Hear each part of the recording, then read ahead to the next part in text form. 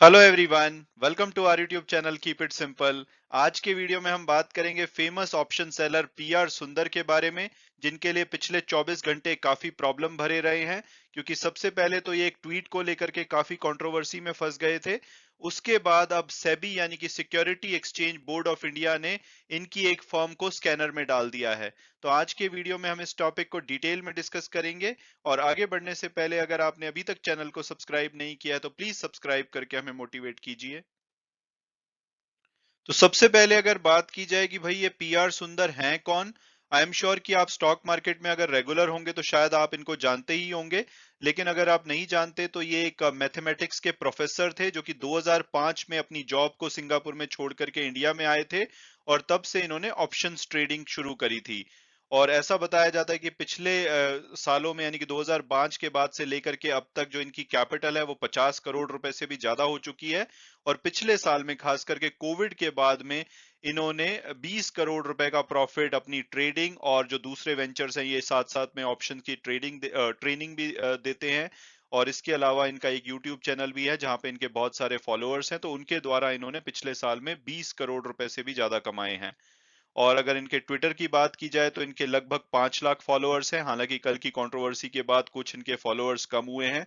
जो लेटेस्ट मैंने स्क्रीनशॉट लिया है उसके हिसाब से इनके 4,84,000 के आसपास फॉलोअर्स हैं। और इनको ऑप्शन ट्रेडिंग का किंग माना जाता है और बहुत सारे लोग इनको फॉलो करते हैं। तो सबसे पहले अगर बात की जाए कि भाई इनकी जो ट्वीट की कंट्रोवर्सी है वो क्या है। तो आजकल जितने भी बड़े ट्रेनर या ट्रेडर होते हैं तो वो लोग क्या करते हैं, अपने जितने भी प्रॉफिट के स्क्रीनशॉट होते हैं वो डेली बेसिस पे या पीरियोडिकल बेसिस पे ट्विटर पे या दूसरे जो सोशल मीडिया प्लेटफॉर्म है वहां पे शेयर करते हैं। ताकि उनको देख के जो दूसरे स्टॉक मार्केट से जुड़े लोग हैं वो प्रेरित हों, एनकरेज हों और इनके ट्रेनिंग प्रोग्राम्स को ज्वाइन करें। तो पीआर सुंदर भी ऐसा करते हैं पिछले काफी लंबे समय से। तो इसको लेकर के इनकी एक ट्विटर यूजर के साथ बहस शुरू हुई थी, क्योंकि ट्विटर यूजर इनको बोलते हैं कि भाई जो भी आप नंबर दिखा रहे हैं इसकी वेरिफिकेशन कहाँ है कि ये रियल नंबर है या एडिटेड नंबर है। तो वो ये इनको बोल रहे थे कि भाई आप इनको वेरीफाई कराइए। तो इसको लेकर के ये अपने जो फॉलोअर हैं उनको ये बोलना चाहते थे कि भाई आप अगर मेरे नंबर पे विश्वास करते हैं तो ठीक है, नहीं तो मुझे फॉलो मत कीजिए। लेकिन इन्होंने डायरेक्टली ये बोलने की बजाय इन्होंने थोड़ा सा इनडायरेक्ट लैंग्वेज का यूज किया कि भाई you want to marry a girl, marry, otherwise leave it. तो इस तरह की इन्होंने इनडायरेक्ट लैंग्वेज यूज करी। और इस बहस जब थोड़ी सी बढ़ गई तो इन्होंने कुछ मेरे ख्याल से गुस्से में इन्होंने बोला, लिखा होगा कि your daughter is also virgin so why worry, go and verify. हालांकि ये इनका डायरेक्ट किसी की डॉटर के अगेंस्ट ये कमेंट नहीं था, इंटेंट इनकी ये नहीं थी। ये बोल रहे थे कि भाई जिस भी आप यूट्यूबर या ट्रेनर को फॉलो करते हैं उसको अगर आप विश्वास है तो उसको फॉलो करते रहिए। तो इस तरह से ये लिखना चाहते थे, लेकिन रादर देन डायरेक्टली लिखने के इन्होंने कुछ ऐसी लैंग्वेज यूज करी। आई थिंक एकदम से हीट ऑफ द मोमेंट में ये लिख गए होंगे। और उसको लेकर के जो इनके ट्विटर फॉलोअर हैं उन्होंने काफी ज्यादा इनको थ्रैश किया है। उन्होंने बोला है कि भाई आप इतने बड़े प्लेटफॉर्म पे इतने बड़े आदमी होकर के ऐसी लैंग्वेज यूज कर रहे हो जो कि डिसटेस्टफुल है, पुअर है और अनएक्सेप्टेबल है। और इसके बाद काफी सारे लोगों ने इनका जो ट्विटर को फॉलो करना बंद कर दिया है, इनके यूट्यूब चैनल को अनसब्सक्राइब कर दिया है। तो इस तरह से इनको काफी नुकसान सहना पड़ा। हालांकि इन्होंने क्लैरिफिकेशन दिया है कि भाई सोशल मीडिया पे इनको बहुत सारे लोग बिना बात के ट्रोल करते हैं और ये सिर्फ उनकी लैंग्वेज में उनको जवाब दे रहे थे। लेकिन जब बात बिगड़ गई तो इन्होंने ये वाला जो ट्वीट है ये डिलीट भी कर दिया है और इसको एक्सप्लेन भी किया है कि भाई इनकी कोई इंटेंशन ऐसी नहीं थी। और अगर किसी को बुरा लगता है तो ये उसको माफी चाहते हैं। इस तरह से भी इन्होंने ट्वीट करके क्लैरिफिकेशन दिया है। साथ साथ में आप ये देख सकते हैं, इन्होंने कल ये ट्वीट किया था कि today seems to be black swan event in my life. Black swan event मतलब कि एक जो सरप्राइजिंग इवेंट होता है नॉर्मली स्टॉक मार्केट के लिए, इसको रिलेट किया जाता है जिसको कि लोग उम्मीद नहीं कर रहे होते और उससे काफी ज्यादा डैमेज होता है। तो इन्होंने कहा है कि भाई मैंने अपनी स्टॉक मार्केट की जिंदगी में ऐसे बहुत सारे इवेंट देखे हैं, लेकिन ये मेरी लाइफ का ब्लैक सॉन इवेंट है और मैं इसको भी झेल जाऊंगा और यहां से निकलूंगा।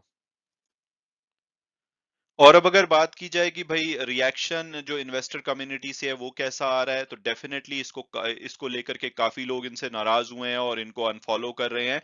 साथ साथ में विवेक बजाज, आप शायद इनको जानते होंगे, ये भी सेलिब्रेटेड यूट्यूबर है, फेमस यूट्यूबर हैं, इनका भी अपना चैनल है। इन्होंने पीछे एक पीआर सुंदर के साथ फेस टू फेस चैट करी थी, कोई बैंकॉक में एक कॉन्क्लेव थी, मल्टी एसेट ट्रेडिंग कॉन्क्लेव की। तो इन्होंने बोला है कि उस चैट को इन्होंने अपने यूट्यूब चैनल से हटा दिया है, क्योंकि ये जानते हैं कि जो पीआर सुंदर की इंटेंशन थी कम्युनिकेशन की, वो एग्जैक्टली वो नहीं थी जो उन्होंने लिखा है, लेकिन इनके हिसाब से जो एग्जीक्यूशन था वो काफी पुअर था। और एज ए डॉटर्स फादर, क्योंकि इन्होंने डॉटर वर्ड यूज किया था अपनी गलत ट्वीट के लिए, तो इन्होंने उनके साथ जो फेस टू फेस इंटरव्यू था या चैट थी, उसको अपने यूट्यूब चैनल से हटा दिया है। हालांकि पीआर सुंदर की आप क्लैरिफिकेशन यहाँ पे देख सकते हैं कि भाई इनको जो पेड ट्रोलर्स हैं, इनके हिसाब से वो तंग कर रहे थे, और इन्होंने उनकी ही जबान में उनको जवाब दिया है, लेकिन इनकी इंटेंशन किसी को ऑफेंड करने की नहीं थी। तो उन्होंने माफी नहीं मांगी है, लेकिन अपनी तरफ से क्लैरिफिकेशन दिया है। तो ये ट्वीट कंट्रोवर्सी अभी चल ही रही थी कि अब सेबी के स्कैनर में इनकी फर्म आ गई है, जो कि एक और बड़ा झटका है इनके लिए, क्योंकि security and exchange board of India की एक कॉज लिस्ट होती है, आप देख सकते हैं इसमें उन फर्म या उन इंडिविजुअल्स को सेबी ट्रैक करती है जो कि इनके साथ रजिस्टर्ड नहीं होते, और फिर भी जो इन्वेस्टमेंट एडवाइजरी सर्विसेज चला रहे होते हैं। तो पीआर सुंदर की भी firm monsoon consultancy private limited, आप देख सकते हैं, ये सेबी की वेबसाइट से मैंने स्क्रीनशॉट लिया है, जिसमें कि इनकी वाइफ और इनको भी इसमें इनको ऑर्डर दिया गया है कि भाई ये रजिस्टर्ड नहीं है और एडवाइजरी सर्विसेज दे रहे हैं।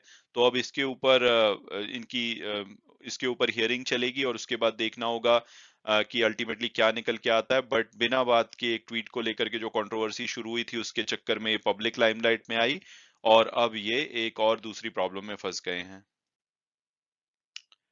और इस टॉपिक को लेकर के आपके अगर कोई विचार हैं तो प्लीज कमेंट सेक्शन में लिखिए। और अगर मेरे बारे में बात की जाए तो मुझे लगता है कि डेफिनेटली इनकी नॉलेज तो जबरदस्त है, इनको एक्सपीरियंस भी काफी है, अगर आप इनके वीडियोस देखोगे तो काफी नॉलेज आपको मिलेगी।